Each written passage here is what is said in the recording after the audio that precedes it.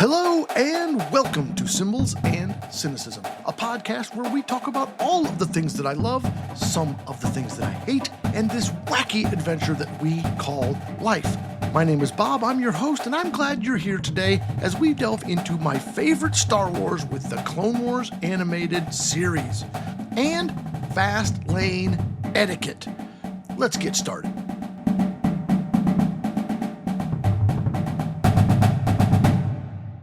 Welcome back. I'm excited to get into Clone Wars, the animated series today, but we have some business to take care of first. Have to do a little running update. If you were here for season 1, you know we sprinkled in some running and did some interviews and some talking about sort of my running journey. And then we sort of abandoned that. Wasn't super popular, but I did mention at that time that we were going to kind of come back to it at times if necessary. So there is some update. I've been feeling very healthy lately. I have signed up for a half marathon here in March around St. Patrick's Day. Last week I did 15 miles, 12 the week before, 15 the week before, 11, 12, 16.3, and 22 the week of December 1st. I've sort of backed off a little bit, incorporated a little more bike as I ramp up to that half marathon. So super excited about that. Also excited that Harrison is going to do that with me. So that'll be a lot of fun. Not with me. He's going to be way ahead of me, but we'll be at the same place at the same time, participating in the same event. Had some fan mail from 2 weeks ago that came in. Are there really bands that actually get DQ'd because of a picture taken from the crowd, or was that just a JD scare tactic? I always figured that if someone was actually taking a picture, they would just go and stop them and scare them. I do not know the answer to that question, or did not know the answer to that question. I reached out to JD. If you remember back, he mentioned at large group and solo ensemble events, picture taking at OMIA adjudicated events is prohibited. There is some stipulation in large group where you can take one at the end of the performance if the director allows, and penalty for violation can be disqualification. So I reached out to JD and asked simply that. Are there groups that actually get disqualified? He mentioned there were one or two.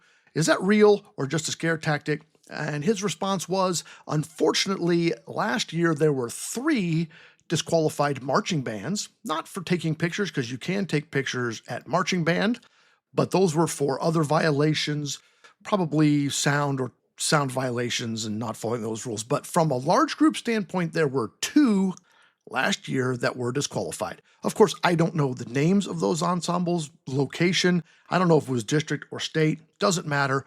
The answer to your question, listener, is that yes, it does happen. How about some more feedback? We've arrived. We're there. Guys, I got to tell you, girls, folks, people, humans, we've arrived.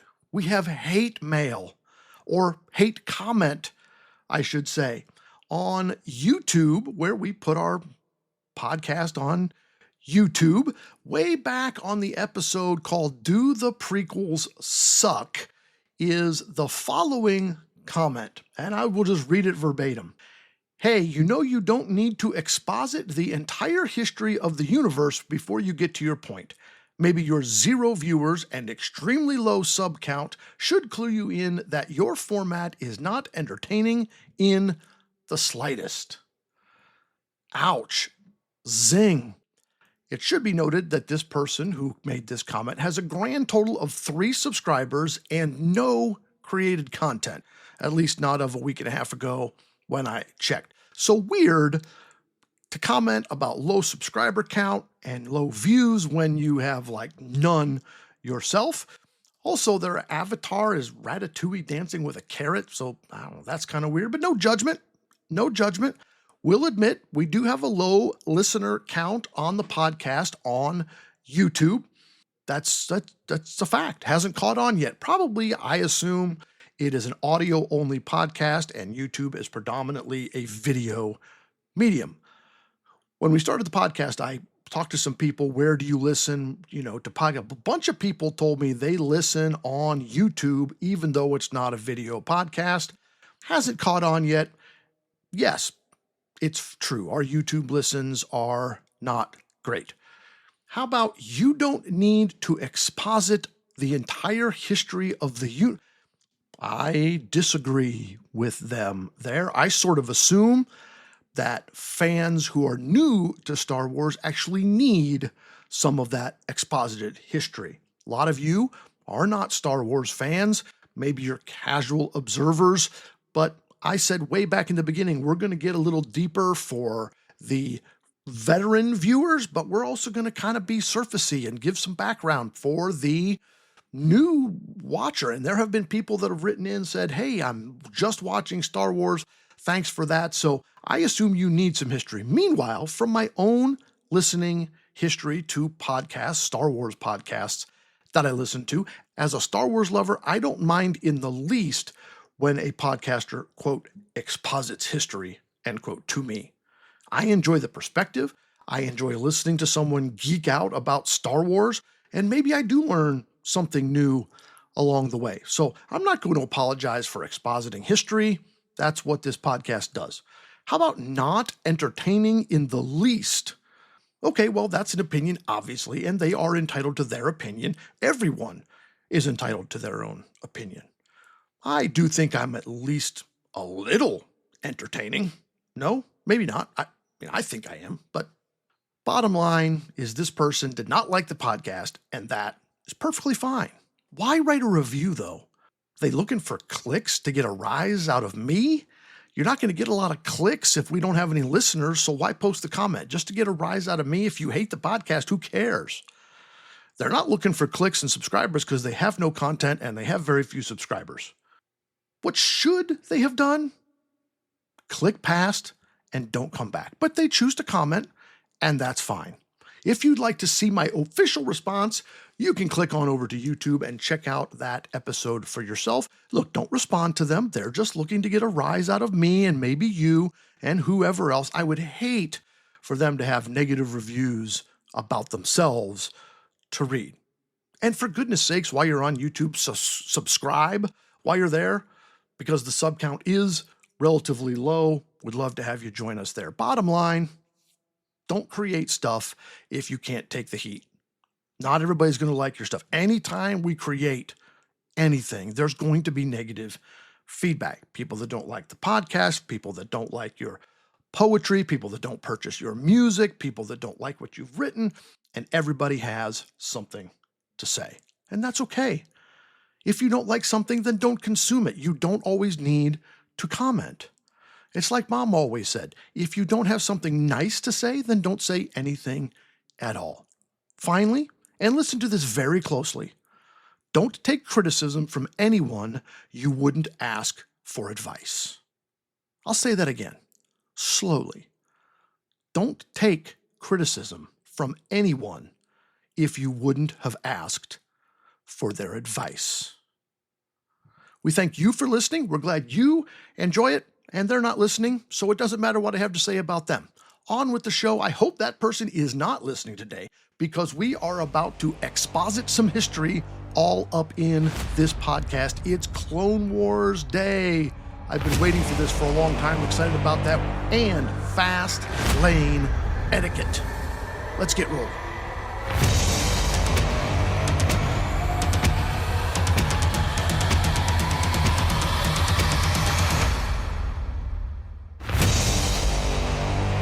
Oh man, it's the moment I've been waiting for. When I started this podcast and decided to make Star Wars part of it, this is the media I was looking forward to digging into. Couple of reasons. One, I've said it before, it's my favorite of all of the Star Wars media. Followed closely by Rebels, but because there's more Clone Wars, I give it the nod. I also think that animated Star Wars in general is vastly undervalued as high quality media. It is great storytelling. It is dramatic. It is beautiful. It is informative. It all links together all of those complaints that most people have about the movies, you're probably not going to have about these animated series. So let's dive in. This is a CGI-based animated television series created through Lucasfilm. It debuted in 2008 and ran originally on Cartoon Network from 2008 to 2013. Netflix picked it up in 2014. It then ended a run. Didn't really end the series. It ended the run. It was picked up then by Disney Plus in 2020 for season 7. And currently all the episodes, all 7 seasons, are on Disney Plus streaming service. There are 7 seasons, 133 total episodes. And we're not going to go every single episode. Can't do it. Not going to do it. This show was created by George Lucas. The showrunner is Dave Filoni. We'll hear his name a lot. He also executive produces season 7. And you've heard his name in other projects. Dave Filoni, in my opinion, is an American treasure. He is a current driving force in the Star Wars storytelling universe. I am a big Dave Filoni fan. The original producer of Clone Wars is a woman by the name of Catherine Winder. She produced seasons 1, 2, and 3. She began her film career in Japan, which is, as she says, what helped shape the animation style of Clone Wars. This is what a lot of people don't like about Clone Wars, is it's not traditional American animated Toy Story kind of CGI. It's sort of an amalgamation of anime, a little bit of manga in there, kind of inspired elements kind of put together, and it doesn't look like how we Americans think these series should look. If you can get past that, if you can embrace this style of animation, I think you're going to latch onto it real quick. First season, the animation is a little clunky. It hasn't quite hit its groove yet. It needed a little more money, a little more tech development. It's not awesome yet, but it will get better as the seasons go on. They get a lot of upgrades, sort of glow up sort of thing. Quick review, Revenge of the Sith, Episode 3, movie Episode 3, hit theaters in 2005, and that ended the so-called prequel era. We've already documented on this show some of the issues with the prequels, among them being the seemingly immediate fall of Anakin Skywalker. People say, well, he was good one day and, Sith the next. Why is that? Well, as we've noted on this show, those movies each covered only a few days, like a week in the events that took years to transpire. So therefore, the fall will seem immediate. Anyone who's ever been broken up with knows that a breakup isn't based on the few minutes and one single event that it takes to say, I want to break up, and the conversation that ensues. The breakup happens in the days, weeks, months leading up to the actual event. What events transpired to cause someone to say, I want to break up? Same thing here. It's not Anakin's fall immediate in Revenge of the Sith. It's all of the things for years that led up. And because we only have Attack of the Clones, covers a few days, Revenge of the Sith, 3 years later happens over a few days, there's not nearly enough time to see that gradual decline into the dark side. Revenge of the Sith is an event. The Clone Wars is the lead up. This 7-season series takes place in the span of time between Attack of the Clones, starting just a few months after the movie, leading into the 3-year span of time throughout the Clone Wars between those two movies. And it actually overlaps. Season 7 overlaps with Revenge of the Sith. And they do it in a brilliant way. We'll get there eventually. Don't know when. It's going to be a while, but we'll get there. They do it brilliantly, telling the same exact story from a different point of view and intermingling those events in a wonderful, beautiful, dramatic way. Main characters here throughout the series are pre-fall Anakin. So we have good guy Jedi Anakin. Obi-Wan Kenobi, we have the clones. There's a lot of discussion and development regarding the clones. Count Dooku is here throughout the series. General Grievous is here throughout the series. Palpatine, Lord Sidious, Padme, the Jedi Council, and others that we know from the movies, but those are the main ones. So those are all people that you already know. If you've seen the movies, you know those people, and we're going to develop them in deeper ways. By the way, we have to pretend throughout this series not to know the relationship between Palpatine and Sidious. That hasn't happened yet. So we don't know that they're the same person, evil side, good side. We don't know Palpatine is really a Sith. You have to pretend, sort of, that you don't know that. There are also some new characters along the way. We're going to talk about some of these today, most notably Ahsoka Tano, who's a Padawan learner, Cad Bane, Hondo Anaka, Saw Gerrera, and so on. There's a lot of new, really amazing characters, and some of those characters show up in other things that have also been recently seen on screen or the television. So lots of the new Disney Plus Star Wars is based on events in the Clone Wars, and they all link together like a brilliant web of story. The main purpose here of the Clone Wars is to fill in the gaps and provide explanation for the Clone Wars itself.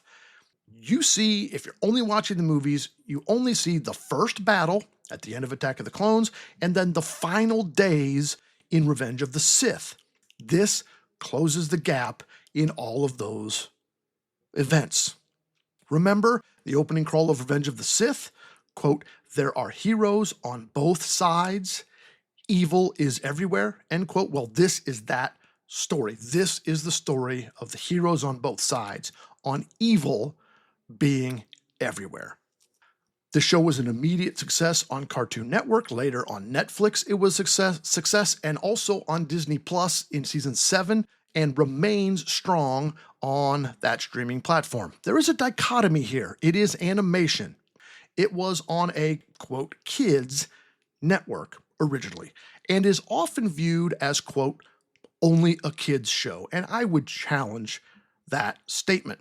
Yes, it's animated. Yes, there are some goofy, funny, slapstick, droid-related episodes. There's some humor along the way, absolutely. But we also, as adults viewing it, deal with war, PTSD, genocide, sexism, racism, slavery, class warfare, depression, loss, and more. There are some heavy, heavy topics here.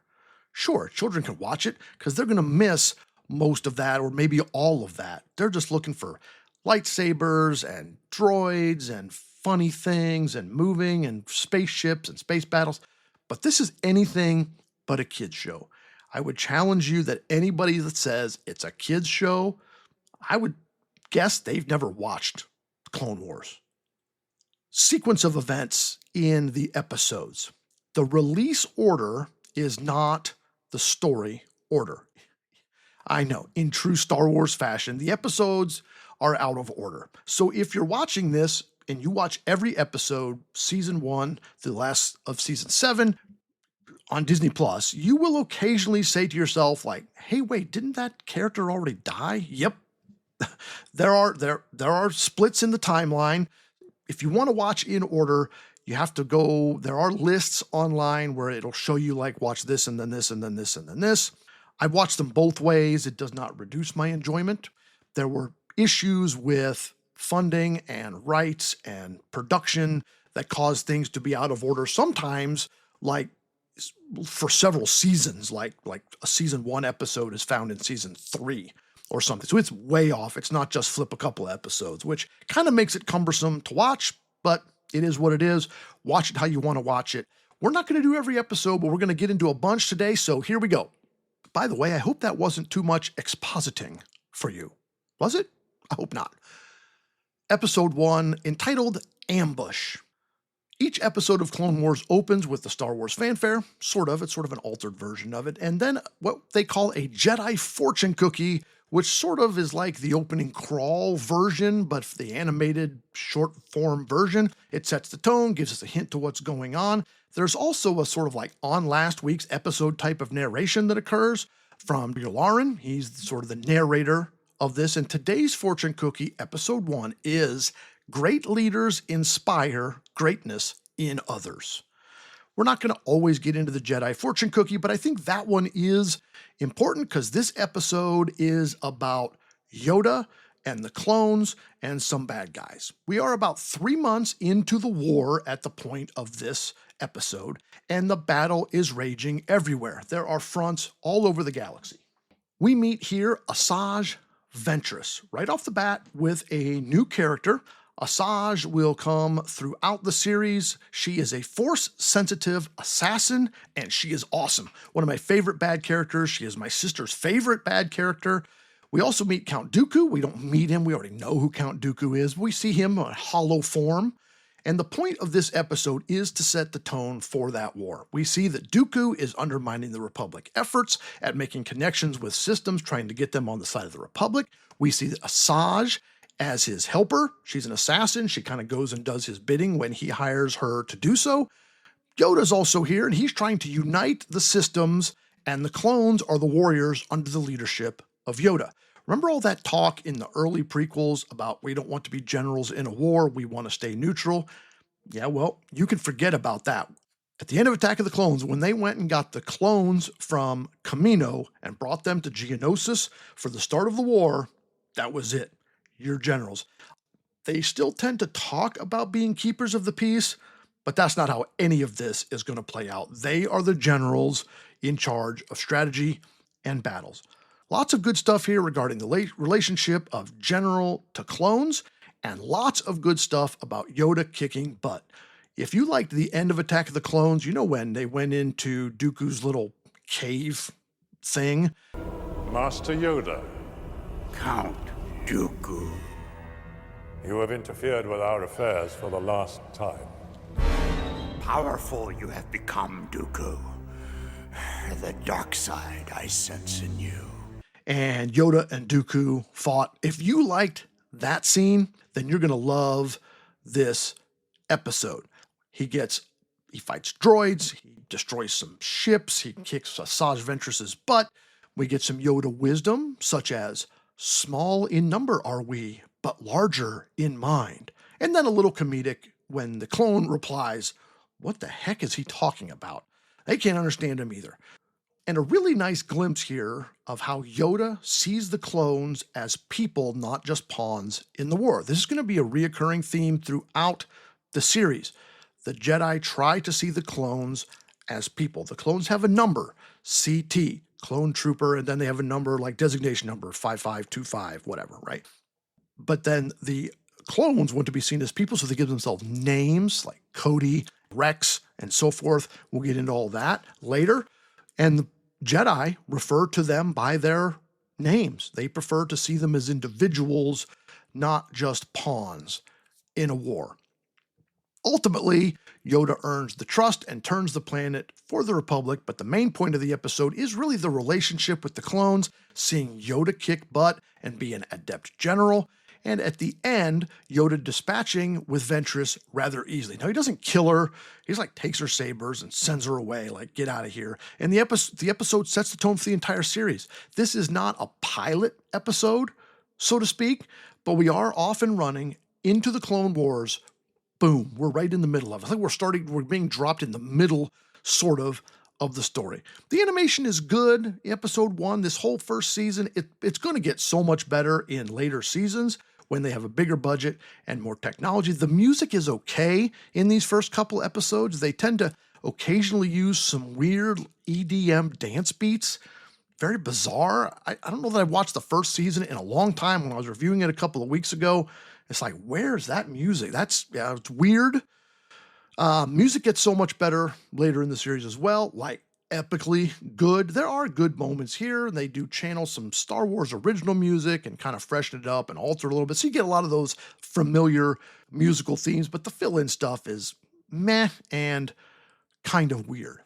Jumping ahead to episode 10, which is called The Lair of Grievous. I love this episode. We find ourselves chasing down General Grievous. And of course, we know Grievous from the movies, but we get more information here. One side note, one of the things I love about new Star Wars, such as this, but more recently Rogue One, Andor, Obi-Wan series, etc., is that we know the ending. We know in this episode, Grievous does not die, because we know him in Revenge of the Sith. He can't die in this episode. We know that Obi-Wan does not die in his series. We know that all of the characters in Rogue One do die at the end of the movie. We know it because we know the next chapter in the story. And yet, they still make us love the characters. And it seems like we aren't sure. There is still that tension over whether they're going to die or live or whatever. And they somehow create that interest even though we know the end of the story.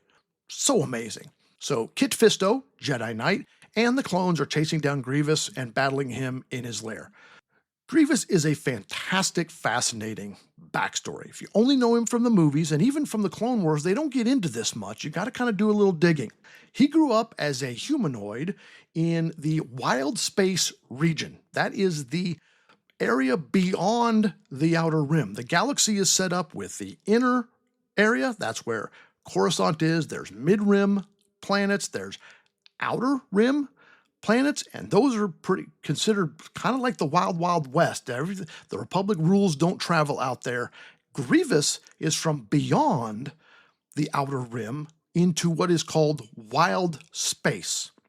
He was a fearsome warlord known for his brutal battle tactics and bloody reputation. Later in his career, the Jedi did intervene in one of his wars, which is what created his grudge against the Jedi. You see it in Attack of the Clones, you'll see it in Revenge of the Sith, you'll see it again and again throughout the Clone Wars animated series.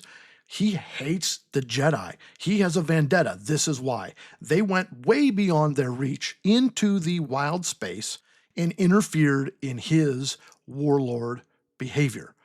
At around this time, the Sith took notice and offered Grievous some technological enhancements, which he accepted. He went from pure organic humanoid to get some enhancements with armor and some technology. Later, he was involved in a ship crash that was orchestrated, by the way, by Dooku, that left him near death, at which point the rest of his cybernetic enhancements took place, leaving him in how we know him today, which is with very little organic material. He is mostly droid technology. He has that beating heart and he coughs because his lungs are out of shit.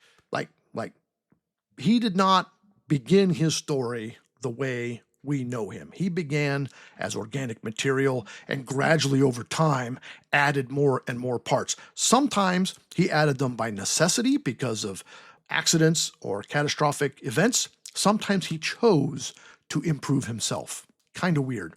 While not force sensitive, he was trained in lightsaber techniques by Dooku, and due to his robotic enhancements, having 4 arms, he can use 4 lightsabers at a time. We see that in Revenge of the Sith. We see it a lot in Clone Wars here too. He's now known as the commander of the droid army. He's in charge of all the, as they refer to them, clankers. While once a fearsome warlord, he does tend to run away at the first sign of trouble. Again, we see that a lot in this episode, included and throughout the Clone Wars.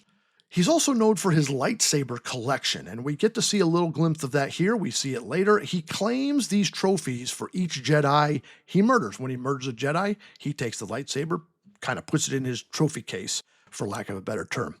Interesting here, too, is in his lair, he has a repair droid and tons of extra limbs. This is why he chose some of his enhancements, because if they cut off your arm, you just have the droid zap a new one on, right? Helps. He is, of course, as we see in the movies, eventually killed by Obi-Wan at the close of the Clone Wars. This episode is great. You get cool views of his lair and his relationship with Dooku and Newt Gunray. There's kind of a whole separatist theme going on in this episode that you really get kind of a behind-the-scenes version of. Great, great episode. The next 2 episodes, 11 and 12, are one story divided into 2 parts. You see, kids, back in the day before streaming shows could vary in length in time based on what was needed, there were these things called time slots. And a show had to fit in that time slot because there was another show set to run at a specific time after that. So Clone Wars was a 30-minute slot, and so that means a 22-minute show because of commercials. So if the story they wanted to tell was longer than 20 minutes, they had to divide it into multiple episodes. This has been an ancient history lesson by Bob. We now return to your Clone Wars coverage. So 11 and 12 are one story. Dooku has been captured by pirates led by Hondo Ohnaka. Go way back to season 1, we started to talk about sort of bad guys that I love. Hondo was among my favorite characters. I love Hondo. He's funny, he's ruthless, he's cool, he's kind of hip. Love Hondo. Every episode with Hondo in it is a golden gem. His species is called Weequay, and he's a pirate leader. He is commander of the pirates, and he is truly a neutral character. He is neither good nor evil. He does not side with the Jedi. He does not side with the Sith. Hondo is on the side of Hondo. He figures prominently into the Clone Wars, and we'll see him a lot, even off into the Rebels series also. As a young man, he was enslaved, escaped, and became an outlaw and pirate king, making his base on Florum, which is where much of these episodes take place, on sort of this desert planet of Florum, and you see Hondo's hideout. Eventually, after this story happens with the rise of the Empire, Hondo's crew is dismantled, and he lives out his days as a small-time smuggler. Kind of a tragic story. This is when we see him in Rebels. He's got a much smaller crew. He just has a couple of helpers. He's traveling around on one ship. His hideout is gone. And we don't know for sure how Hondo's story ends, but it is assumed he lives a long life. It's rumored that he retired from piracy and smuggling, and perhaps he runs a cantina. Nobody knows for sure, but this is a great intro into Hondo. We see him being neither loyal to the Jedi nor to Dooku. He's only loyal to himself. He's not loyal to the Separatists. It's all about Hondo. He wants spice and money for himself, and he'll sell or work for the highest bidder. And I love this episode because we see the pirate gang being pirates. Not only are they carrying on and drinking and having pirate-like parties, they're working on stabbing each other in the back. With pirates, it's what's best for individuals, even though they belong to a crew. And they do a great job throughout this series of showing that sort of again and again. And Hondo is great because he isn't afraid of the Jedi. He's not afraid of the Sith, and he shows that in these episodes. He'll stand up to any of them. But one of the funniest things about Hondo is he's perfectly willing to admit when he's been beaten. He's like a tough guy, and then all of a sudden, well, okay, I didn't want that anyway, kind of a thing. You win. He's comedic. He has quippy one-liners. I sort of equate him a little bit to Han Solo, where Hondo exists in this universe to show us there are forces at play in the universe other than Jedi and Sith, light side and dark side. There is this underbelly. There are these others. This isn't a story just of good versus evil. There are others in the background moving about the galaxy in the shadows. They get involved at times. They play their part. Then we don't hear from them a while. Hondo's a reoccurring character. Love it. Again, every Hondo episode is a gem. Speaking of others who play their part, we must talk about the Ryloth arc episodes 19, 20, and 21. Ryloth is an outer rim planet, home of the Twi'lek or Twi'lek, depending on which episode and thing you're listening to, species. We just mentioned the outer rim. Wild space is beyond the outer rim, right? The outer rim is outside of Republic control, but the Republic kind of goes out there for certain purposes at times. This was a planet long ago exploited by the Hutt clan. We know of Jabba the Hutt. Jabba the Hutt is just one main gangster in this clan of slug-like creatures that are gangsters. And this served as a key world in the trade of illegal spice, which put the Twi'leks into slavery and for generations was the location of civil war and freedom fighting against the slavers. Spice is a highly addictive drug, for lack of a better term. We hear it a lot throughout the Star Wars universe, spice running, and it's a dust. It is transported for medicinal purposes, but also for getting high, for illegal drugs. Ryloth was a stop in the trade, and so therefore the Twi'lek people were put into slavery, and decades, generations of freedom fighting has gone on that planet, trying to take their planet back. The most famous freedom fighter, at least in this era, is named Cham Syndulla, who we meet in this episode. Cham will eventually get married and have a daughter named Hera, who we will meet in the Rebels animated series. You also may know Hera if you've watched the Ahsoka series. She's in that series as well. Do you see what I said before about everything being connected like a web? So if you don't know who Hera is and Hera grew up, the reason Hera is the way she is, an amazing pilot, afraid of nothing, awesome, rebel fighter, it's because she grew up as the daughter of freedom fighter parents. It all links together. This is also a planet known for its art. It has a beautiful, rich history of artists and art culture that's tied to the planet's species culture. They play this out in Rebels with Thrawn, but that's a story for another day. These episodes, 19, 20, and 21, are a great intro into the planet Ryloth and the people that play a large role in the overall Star Wars story. Also, this is a chance to meet and discuss Ahsoka Tano, who is a female Togruta, who is the Padawan of Anakin Skywalker. Now, Twi'leks and Togruta are not to be confused. They are two entirely different species of beings. They both have those head tails called Leku, but they are very different species. A Twi'lek, or Twi'lek, has a smooth set that goes further down their back. The Togruta also have the horns on top, and those are for sensory, for echolocation. Very cool. So different species. A lot of people confuse them because they both have the same Leku style, but they are very different skin tones, very different markings, and very different people. Ahsoka joined the Jedi Order at a very young age, younger than when Anakin joined.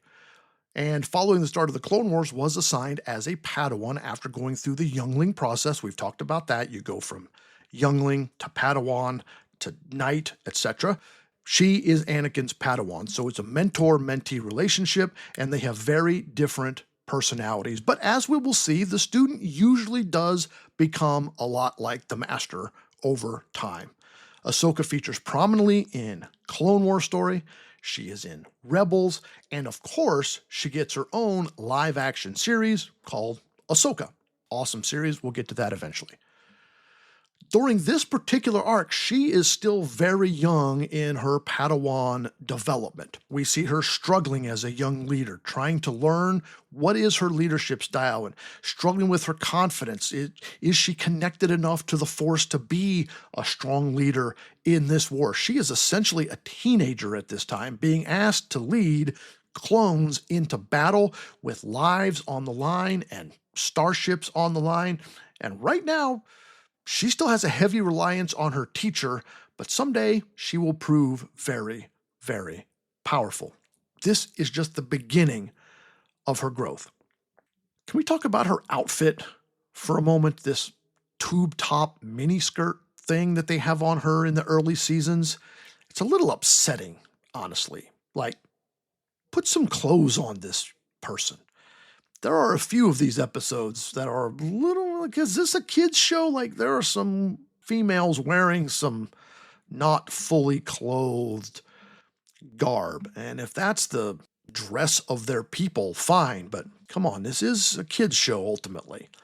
Anakin in these episodes is being his crazy, wild idea Anakin, you know, who he tends to buck authority and do things his own way. But by and large, in season 1, very few red flags regarding his future fall to the dark side. Mostly he is seen here by the Jedi as a bit rebellious, but a worthy leader and powerful Jedi. They kind of roll their eyes at his tactics. He's not that much older here either, right? He's 19 in Attack of the Clones. This is just a few months after that. He's still a teenager too.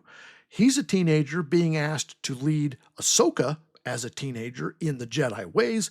Plus, he's got to lead these troops into battle. There's a lot going on and not a lot of leadership helping him still grow. They've mistaken his power in the Force for maturity, and that's going to be a problem later. Finally, episode 22, entitled Hostage Crisis, which introduces one of my other very favorite all-time Jedi Star Wars characters.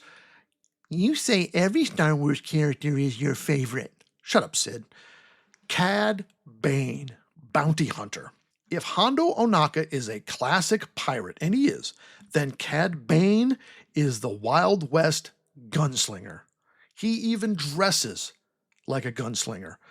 Dark brown clothes, long trench coat, low-slung blasters, large brimmed hat. He's got the toothpick in his mouth. It kind of flicks off to the side. He even has a bit of a sort of southern western drawl to his accent. He also has the personality of a Wild West gunslinger. He's afraid of no one, out for only himself and his crew, and somehow very, very polite in a cowboy villain Wild West sort of way. In this episode, he takes hostages of several senators in order to negotiate for the release of Zero the Hutt of the Hutt clan. But watch closely. When he gathers the senators, sure he's scary and sure he intimidates them, but he's also kind of nice to them. He treats Padme with a certain amount of Wild West respect. Cad Bane, though, unlike Hondo, is not neutral. He has a reputation as an able fighter of Jedi that leads to his often employment by Sidious to take care of certain business that needs to be taken care of. We see a lot of Cad Bane throughout this series, doing odd jobs, fighting Jedi, always effectively. He does not lose very easily or very often. He usually makes an escape. We also see him in Book of Boba Fett, where he appears to be killed in a high noon style shootout. Bane shoots Boba Fett, then monologues, as villains do, and allows Boba to gather himself and eventually get the best of him and sort of stab Bane in the chest with his weapon. You could find more on Cad Bane's backstory on Tales of the Underworld, episodes 4, 5, and 6. That's available on Disney Plus. They're mini episodes. They're each like 14 minutes long, 15 minutes. That includes credits. So there's 3 of us. They take you 40 minutes to watch them. It's sort of the origin story of Cad Bane. It starts with him as a young boy, sort of midlife, kind of how he becomes the way he is. It's very, very cool. There's also more on Asajj Ventress on Tales of the Underworld, episodes 1, 2, and 3, and also more on Ahsoka and Dooku, separate chunks in Tales of the Jedi, and that includes the fall of Count Dooku in his origin story. So, very, very cool. Continuing with this episode, Padme features prominently as one of the senators in this episode, along with Bail Organa. And oh my, a steamy love scene. Well, almost love scene with Anakin and Padme. They want to go away, they want to spend time together, but work awaits, and there's just so much to do. Anakin's busy, Padme's busy. They're a young couple, clearly in the fullness of their love. They're still newlyweds. They've only been married 3 months, roughly. They get married at the end of the Attack of the Clones. This isn't 3 months later, so it's been roughly 3 months. 3 months. They're still fresh, but Anakin is away a lot due to the war. Padme has a lot of senator things to do, and they're trying to struggle with that early young relationship. This season is a great reminder of old characters and their roles, an introduction to new characters, and sets the tone for the entire war coming itself over the next 6 seasons. It's also a great reminder that at the very heart of it, Star Wars is a war movie, a samurai movie, a Wild West movie, a pirate movie, and a love story all rolled into one. If you have listened to episodes where I talk about the original trilogy and the prequels especially, you'll hear me with a lot of negatives about bad direction, bad dialogue, dumb plot, etc. You're not going to get a lot of that from me in this series. This is mostly geeking out. I love Clone Wars. Season 1 isn't the best. It's not my favorite season. Still very, very good. The animation needs some work. The music needs some work. Things improve when the budget and technology gets better. And it gets so much better. If you haven't watched these episodes we're talking about today, please go dig in and go for it.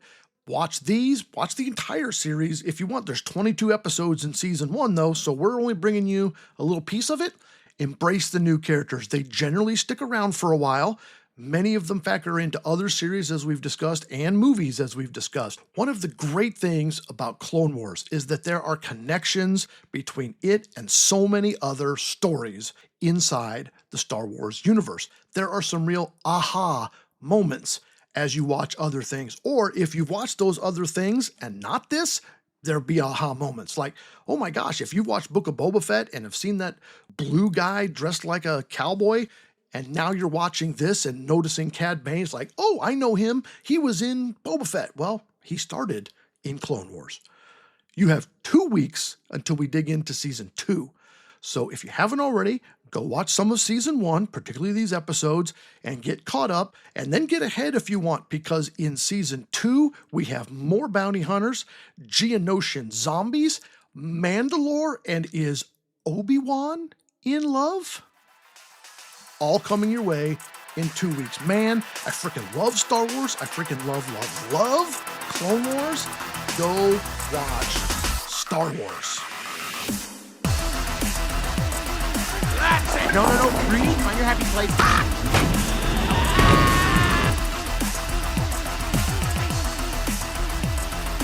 Fast lane etiquette. You're on the freeway. It's a 4-lane freeway. There's a left lane and a right lane. The left lane is known as the fast lane. It's for driving, get this, faster than the people in the right lane. It does not mean faster than the speed of light. It means faster than the people in the right-hand lane. So here's the rules we should abide by. Speed limit counts. Sure, the fast lane is probably breaking the speed limit, but not by 20 or 30 miles per hour. Remember, math, 90 miles per hour versus 75 miles per hour, and we're talking with a 70 mile per hour speed limit here. 90 versus 75 over the course of 100 miles is only 13 minutes. You're not getting there half as fast. It's 13 minutes. That's it. Next, if you're not traveling faster than the slow lane, then get in the slow lane. Because you're not in the fast lane, you're in the slow lane, get out of it. Let's define faster than, because a semi-truck driving 0.1 miles per hour faster than the slow lane is not faster. Go faster. You should visibly be passing vehicles. If you're if it takes you 10 minutes to pass, then you're not going fast enough, in my opinion, for the fast lane. If the person in the fast lane is going fast enough and is passing, then you don't need to ride their bumper. Fast is faster. Bumper riding is not safe. 85 versus 75 is not going to get you there that much faster. You are being unsafe. Calm down and let's not kill people. Let's love each other, even on the freeway. And before you called me an old man driver, I am, in fact, typically a 7 miles per hour over kind of guy. I do feel better today. I feel a lot better. I'm ready for some freeway driving. Good thing I have a trip tomorrow. Homework for the week. Repeat the episodes we talked today. If you haven't done it already, go watch episodes 1, 10, 11, 12, 19, 20, 21, and 22. That's it. Just go watch some Star Wars. If you're done with that and you did that, go watch season 2. It's going to be great. I love season 2. It gets better even after that, but season 2 is great, and we'll talk about that in 2 weeks. We'll give you a tip next week on what episodes it's going to be. You could probably take a guess. Okay, that's the show. Make sure you leave a rating, drop a comment, or send a message on the app of your choice. You can text the show with a link at the bottom of the description, or check out our merch store at themarchingarts.com/RHS. We hope you'll join us next week for a chamber music discussion with Legion of Honor award-winning band director Wendy Davis. Smoke some shrimp and winter! Thanks for joining me today. The theme music is Superfly, written by me, copyright RHS Music. The show logo was designed by John Suh. This show is produced by my sister, Kathy. I hope you'll join us next time for more reflections and rantings on symbols and cynicism.